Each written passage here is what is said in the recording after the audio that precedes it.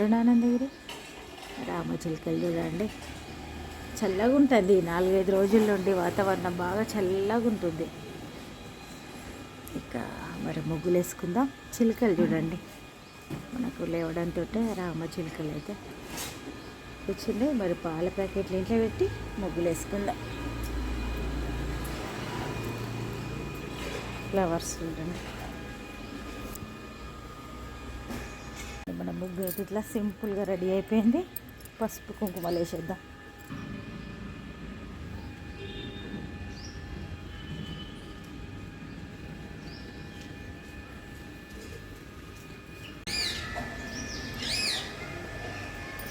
చిలుక రాగాలు చూడండి, ఎంత చక్కటి చిలుక పలుకులు అంటారు కదా, కానీ మన చిలుకలు రాగాలే తీస్తాయి, పలుకులు కాదు. ఇక్కడైతే చిట్టిపిట్టలు కూడా ఉన్నాయి. ఇక చూడండి ముగ్గు కంప్లీట్ అయింది.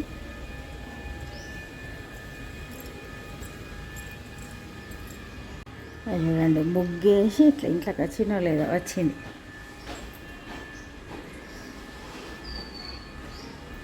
నైవేద్యం తినే పెట్ట ఇది 2 వస్తాయి. జనరల్గా అయితే 2 వస్తాయి ప్రతిరోజు, కానీ ఇప్పుడు ఆల్రెడీ ఇంకొకటి వచ్చింది. నైవేద్యం తినే బిడ్డ పైన ఉంది, చెట్టు పైన. ఇదైతే ఇక్కడ చెట్టు మీదకి వస్తాయి చూడండి. అది రోజు వస్తుంది చూడండి. అన్నీ కూడా ఇవి వేరే రకమైన చిట్టిపిట్టలు. ఇవి ఇప్పుడు చెట్టు మీదకి వచ్చినాయి కదా, అట్లాంటివి అన్నీ. బ్లాక్, యాష్ ఈ 2 కలర్స్ ఉంటాయి. ఈ సీజన్లో ఇవి చాలా వస్తున్నాయి. మకరందం తాగుతాయి, ఓన్లీ మకరందం తాగి వెళ్ళిపోతాయి. నైవేద్యం కానీ అట్లాంటివి ఏం తినేవి.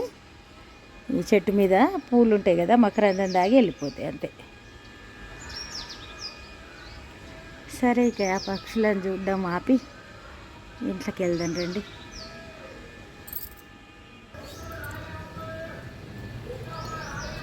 విఘ్నోపశాంతి అగజానన పద్మార్గం గజానన మహర్నిశం అనేకదం భక్తానం ఏకదంతముపాస్మహే అరుణాం కరుణాతరగ్నితాక్షిం ధృతపాశాకుశపుష్పచాపవానం అనీమాదేవీరావృతం మయూకైరహమిత్యేవ విభావయే భవాని విజ్ఞాన సంపర్చకదాము అన్నీ సిద్ధం పెట్టుకున్నా. ఈ కాండల పాశురం వాడి నైవేద్యం తాంబూలం సమర్పిద్దాం. నిత్యవారి స్తోత్రాలు అయినాయి. ఇంకా ఇప్పుడేమన్నా ఆండాల్ పాశురం సంపూర్ణమైంది. మంగళహారతి కూడా ఇచ్చినాం. ఇక నైవేద్యం తాంబూలం సమర్పించినాం. ఇక్కడితోటి పూజ సంపూర్ణమైంది. సర్వమంగళ మాంగళ్యే శివే సర్వార్థ సాధికే శరణ్యే త్ర్యంబకే గౌరి నారాయణీ నమస్కృత నారాయణీ నమస్కృతకి ఒక మంచిగా మంగళహారతి వాడుకుంటున్న సంతోషం. ఇంకా మార్నింగ్ లేవగానే ఈ పూజ చేసుకుంటున్నా కాబట్టి ఈ నెల రోజులు ఇదొక ఆనందం. ఇంకా అంతే. మనం రోజు గోదాదేవి కథ వింటున్నాం కదా. అయితే శ్రీరంగం తరలి వచ్చిన తర్వాత తెల్లవారి ఆ అమ్మవారిని పెళ్లి కూతురులాగా అలంకరిస్తారు. అప్పుడు ఆ స్వామి గర్భగుడిలో నుండి ఆ స్వామివారు వచ్చి గోదాదేవిని తనలో ఐక్యం చేసుకున్నాడు అని అంటారు. అంటే అందరు చూస్తుండగానే ఈ సంఘటన జరిగిందని చెప్తారు. ఇక అది మరి నేను విన్నదైతే అట్లా చాలా మంచిగా అనిపిస్తుంది స్టోరీ అయితే. మేము శ్రీరంగం వెళ్ళినప్పుడు కూడా ఈ గోదాదేవి వాళ్ళు కళ్యాణం కోసం తరలి వచ్చిన తర్వాత వాళ్ళు ఎక్కడ విడిది చేసిండ్రు, ఆ టెంపుల్లా ఈ ప్రాకారం అని చూపించిండ్రు. భలే సంతోషం అనిపిస్తుంది కదా కొన్ని ఇట్లాంటివి విన్నప్పుడు. ఇక మీరు కూడా శ్రీరంగం కంపల్సరీ చూడవలసిన ప్రదేశమే. అక్కడ ఇంకా రామానుజుల వారి అంటే శరీరం కూడా అక్కడ ఉంది. రకరకాలు ఇంకా అన్నీ ఉన్నాయి. అండాలను కూడా మనం అద్దంలోకి వెళ్ళి చూసుడు ఉంటుంది. అంటే గోదాదేవి అమ్మవారు అక్కడ అండాల పేరుతోటి ఉంటారు కదా. మనకు గర్భగుడిలో ఉన్న అమ్మవారిని మనం అద్దంలో నుండి చూడడం ఉంటుంది. ఇక ఇట్లా అన్ని రకరకాలు స్థల పురాణం. ఇక మరి ఎప్పుడైనా శ్రీరంగం వెళ్తే మీరు కూడా చూసి, ఇక ఏ ప్రదేశానికి వెళ్ళినా ముందుగానే మనం స్టోరీ తెలుసుకోవాలి. అక్కడ స్థల పురాణం తెలుసుకుంటే మనం అక్కడికి పోయినప్పుడు అన్నీ చూడాల్సిన ప్రదేశాలు ఏంటి, అక్కడ స్థల పురాణం ఏది అనేది తెలిసిపోయినామంటే అన్నీ చూసి వస్తాం. సంతృప్తిగా దర్శనం కూడా అవుతుంది. అది వేరే ఉంటుంది ఫీలింగ్. ఇక నేను ఇవి తెలియకముందే శ్రీరంగం చూసిన. అంటే గోదాదేవి చరిత్ర తెలుసు, కానీ ఇంత విపులంగా ఇంత డీటెయిల్గా తెలియదు. అందుకే చెప్తున్నా. మళ్ళీ ఎవరైనా వెళ్ళే వాళ్ళు ఉంటే ఇక అన్నీ ఫస్ట్ ఏ ప్రదేశానికి వెళ్ళినా స్టోరీ మొత్తం తెలుసుకొని వెళ్ళాలి, చూసి రావాలి. ఇప్పుడైతే మనం నైవేద్యం తర్వాత తాంబూలం కూడా సమర్పించిన. ఇక ఇప్పుడు పూజ సంపూర్ణమైంది, బయటికి వెళ్దాం రండి.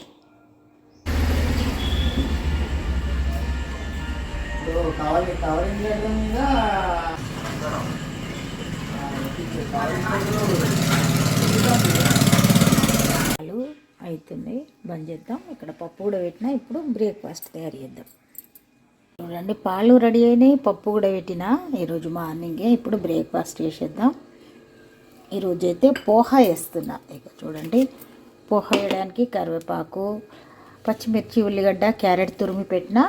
ఇక్కడ బఠానీ ఓపెన్ చేస్తున్నా. బఠానీ కాయతోటి నేను గింజలు తీసి వేస్తున్నా. కాయ ఇట్లా ఒలుసుకుంటూ వస్తుంది.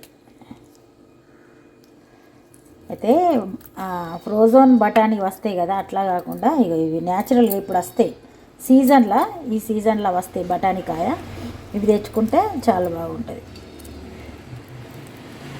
ఇక ఇప్పుడు ఆయిల్ హీట్ అయ్యే లోపల నేను ఇవి ఒలిసి మరి చేసేద్దాం.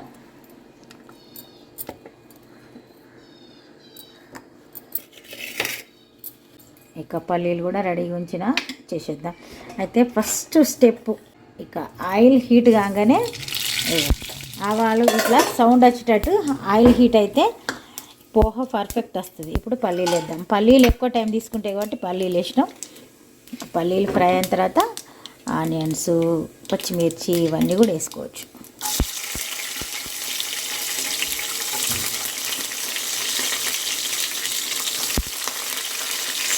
స్ప్రింగ్ ఆనియన్స్ కూడా ఉంటాయి కదా ఇప్పుడు సీజన్లో, అవి కూడా వేస్తే చాలా బాగుంటుంది టేస్ట్.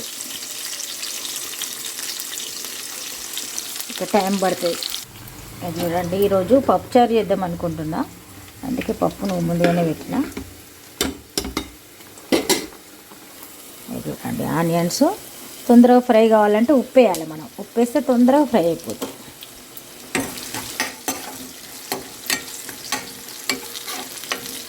ఇక్కడ చూడండి, అటుకులను వాటర్ తోటి కడిగి తీసుకొచ్చిన, మెత్తగా మారినాయి. ఇప్పుడు మనం పసుపు వేసుకుంటాం.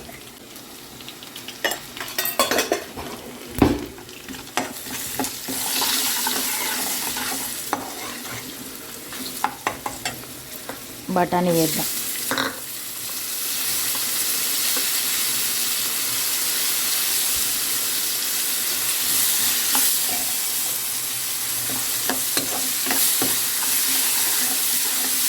బఠానీ ప్రత్యేకించి ఉడకాల్సిన అవసరం ఉండదు, స్టీమ్కే ఉడికిపోతుంది. ఇక ఇప్పుడు అటుకులు వేద్దాం.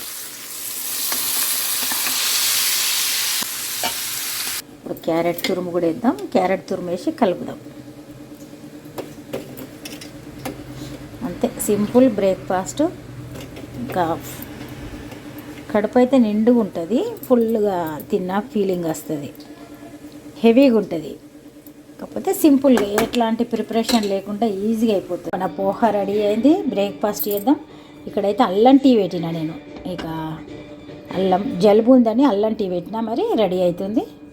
మరి మన వంట ఇప్పుడు అవుతుంది, రైస్ అయింది, స్టవ్ బంద్ చేద్దాం. ఇక్కడ చూడండి, పప్పుచారు చేస్తున్నాయి ఈరోజు. ఇక నూనె అయితే కొలతతోటి పోయాలని, టోటల్ కర్రీ దీంతో వేయాలనుకుంటున్నా. కొద్దిగా పోపు కోసం ఉంచిన, ఇంకా నూనె వేసిన. చూడండి, 2 వెల్లుల్లిపాయలు ఇట్లా ప్రెస్ చేసి వేయాలి. అంతే, కట్ చేసేనే వేయచ్చు, మీ ఇష్టం. కట్ చేస్తే కట్ చేయొచ్చు, లేకుంటే ఇట్లా ప్రెస్ చేస్తే అయిపోతుంది. జీలకర్ర,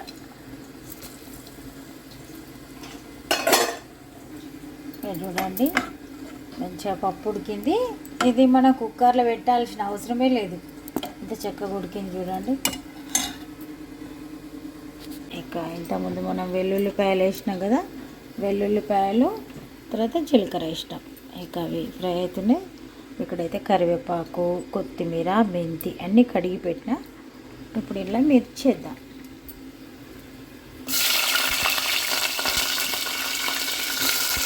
అయితే మన దగ్గర ఈరోజు బెండకాయలు, వంకాయలు అట్లాంటివి లేవు, ఉంటే అవి కూడా వేస్తా. బెండకాయ, వంకాయ, సూరకాయ అట్లా అన్నీ వేయచ్చు. ఈరోజు అయితే మరి లేవు కాబట్టి ఉన్న వాటితో వేస్తున్నాను. క్యారెట్, టమాటా వేస్తున్నాను ఈరోజు నేను. మీ దగ్గర ఉంటే అన్నీ వంకాయ, బెండకాయ, సొరకాయ ఇవన్నీ కూడా వేయచ్చు.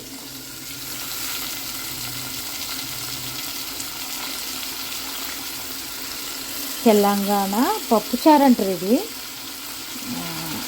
దీనిలోనే మసాలా పొడి వేసుకుంటారు. సాంబార్ మసాలా పౌడర్ వేసుకుంటే సాంబార్ అని కూడా అంటారు కొందరు. కానీ నేను ఇందులో ఏమి వేయ, ఓన్లీ మనం వెల్లుల్లిపాయలు వేసినాం కదా పోపు వేసేటప్పుడు అంతే. ఇంకా వేరే ఏది వేయద్దు. టమాటాలు కూడా వేయాలి.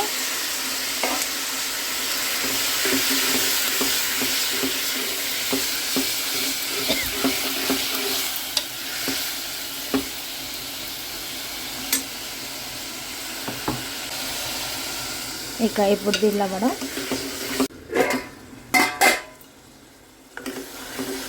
వెజిటేబుల్స్ మగ్గినాయి. ఇప్పుడు మనం ఇలా పప్పు వేద్దాం. ఇక్కడ చూడండి, మార్నింగ్ ఉడకబెట్టి పెట్టినాం కదా, ఈ పప్పును దీనిలో వేసేద్దాం.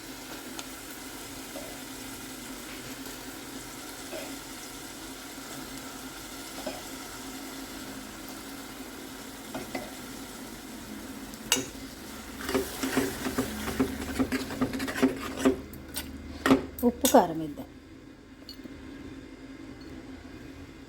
ఉప్పు, కారం.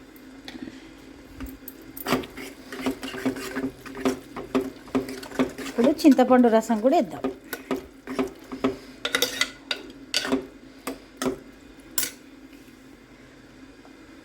చింతపండు రసం వేసేద్దాం.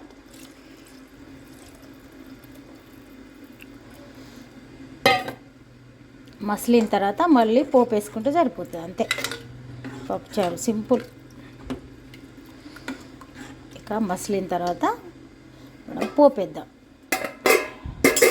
ఇక్కడ దీంట్లో కూడా కొద్దిగా ఉప్పు వేద్దాం. ఉప్పు తర్వాత కారం వేసి పోపు వేద్దాం. అందులో వేసినప్పుడు ఇంట్లో కూడా కొంచెం పోపు వేస్తే సరిపోతుంది, అంతే. కలిపి పోపు వేసుకుందాం. ఇప్పుడు ఇంట్లో బెల్లం వేద్దాం. ఒకటి బెల్లం వేస్తే సరిపోతుంది, పుల్లగా ఉండకుండా ఉంటుంది. మసిలిన తర్వాత పోపుకి వేద్దాం. ఇంకా మసులుతుంది కదా, కొద్దిసేపు వేడి చేద్దాం. వేడి చేసినాక మసిలిన తర్వాత పోపు వేద్దాం. మసిలింది, పోపు వేద్దాం. ముందుగా మనము ఉంచిన ఆయిల్ ఉంది కదా, అదే వేస్తున్నా. ఎక్కువ ఆయిల్ వాడద్దు అనే ఉద్దేశంతో. ఇప్పుడు ఆయిల్ హీట్ కాగానే వెల్లుల్లిపాయలు ఇక్కడ అన్ని కట్ చేసి పెట్టినాం. 4 వెల్లుల్లిపాయలు కట్ చేసి పెట్టినా. వెల్లుల్లిపాయలు బ్రౌన్ రావాలి. వచ్చిన తర్వాత ఇంట్లో పోపు వేద్దాం.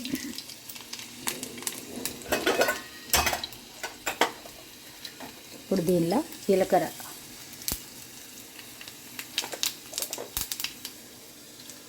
ఆవాలు ఇందులో వేద్దాం. ఫస్ట్ ఒక గంట దాంట్లో వేసిన తర్వాత మిగతా దాంట్లో వేద్దాం. దాంట్లో వేసే ముందు స్ప్రింగ్ ఆనియన్స్, కరివేపాకు వేయాలి. ఫస్ట్ అయితే పప్పులు వేద్దాం. ఇప్పుడు స్ప్రింగ్ ఆనియన్స్ వేసి ఇది ఇంట్లో పప్పుచారులు వేసుకుందాం. చూడండి, ఈ పప్పులో కూడా వేసిన, ఇట్లా వేసిన. ఇప్పుడు కలపాలి. మంచి టేస్ట్ ఉంటుంది. ఇట్లా పోపు వేస్తే మంచి టేస్ట్ ఉంటుంది.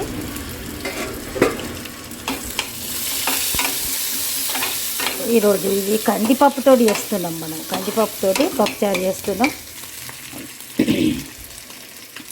ఇక ఇది ఫ్రై కాగానే పప్పుచారు వేద్దాం. పప్పుచారు రెడీ అయిపోయినట్టే. ఇక సింపుల్ లంచ్ పప్పుచారు, ఈ పప్పు, తర్వాత వేడన్నం రెడీ అయింది. పెరుగు, ఇట్లా లంచ్ అయితే ఇట్లా సింపుల్గా రెడీ అయిపోయింది. పప్పుచారులు వేద్దాం. స్టవ్ బంద్ చేద్దాం.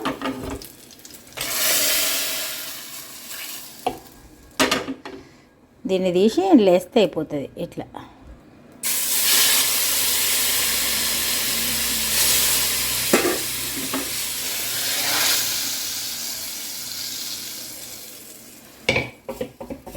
పప్పుచారు రెడీ అయింది చూడండి.